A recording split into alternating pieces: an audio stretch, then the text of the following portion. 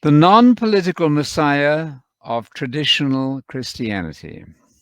Traditional versions of Christianity have been curiously reluctant to acknowledge the political dimension of Jesus' teaching. Commentators have labored to exclude it, employing a battery of different devices to explain it away.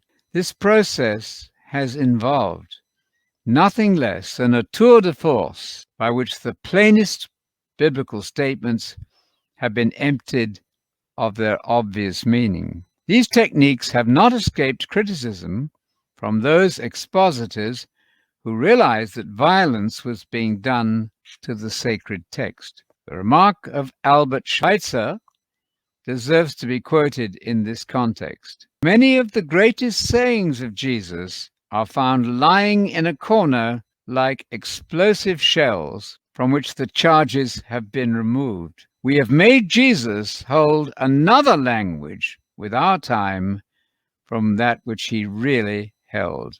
From The Quest of the Historical Jesus, first published in 1910. Schweitzer said that the words of Jesus suffered an eclipse. Schweitzer was persuaded that Jesus' sense of crisis and the end of the world represented the very heart of his mind and message, and that our records do not make any sense unless they're seen in this light. Another commentator, David Barron, complained that the words of the prophets had been mishandled by expositors in a way which eliminated the reality of the future kingdom of God. What Barron says of the commentaries on the prophet Zechariah applies equally well to much traditional treatment of the kingdom of God in the teaching of Jesus. Almost all the existing works on this prophetic book, Zechariah, are in one way or another defective, and some are even misleading. The older commentaries, though commendable for their reverent spiritual tone and practical teaching, and some of them containing a good deal of sound philological and historical material, are more or less vitiated by the allegorizing principle of interpretation, by means of which all reference to a concrete kingdom of God on earth, a literal restoration of Israel, and the visible appearing and reign of Messiah are explained away. That's from the prophecies of Zechariah. Since the kingdom of God was the heart of all that Jesus taught, and since he fully endorsed the hopes of the prophets, the removal of the messianic kingdom will threaten the substance of Jesus' Christian message. The untold damage done by the, quote, allegorizing principle of interpretation, a sophisticated phrase for explaining away, has not been limited to the book of Zechariah. Almost all standard commentaries on the New Testament are defective for the reasons stated by David Barron. The teaching of Jesus suffered a devastating blow when expositors no longer acknowledged that the kingdom of God means primarily and dominantly what it had always meant to the prophets, namely a concrete kingdom of God on the earth to be initiated by the event known in the Old Testament as the day of the Lord and in the New as the second coming of Jesus. The usual meaning of the term kingdom of God on Jesus' lips is the new order to be inaugurated by his return. This corresponds exactly with the Old Testament's description of God reigning, that is, in the person of his chosen king, the Messiah.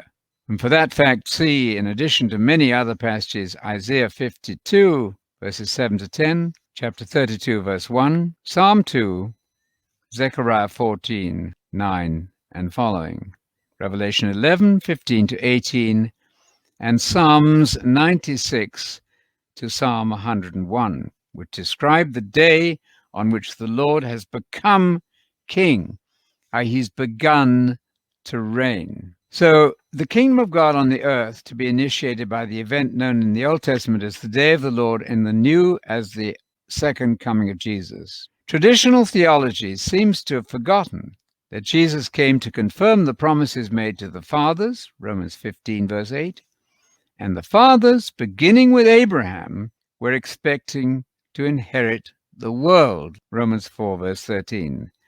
The promises made to Abraham, which the New Testament endorses, were based on the hope of taking charge of the earth.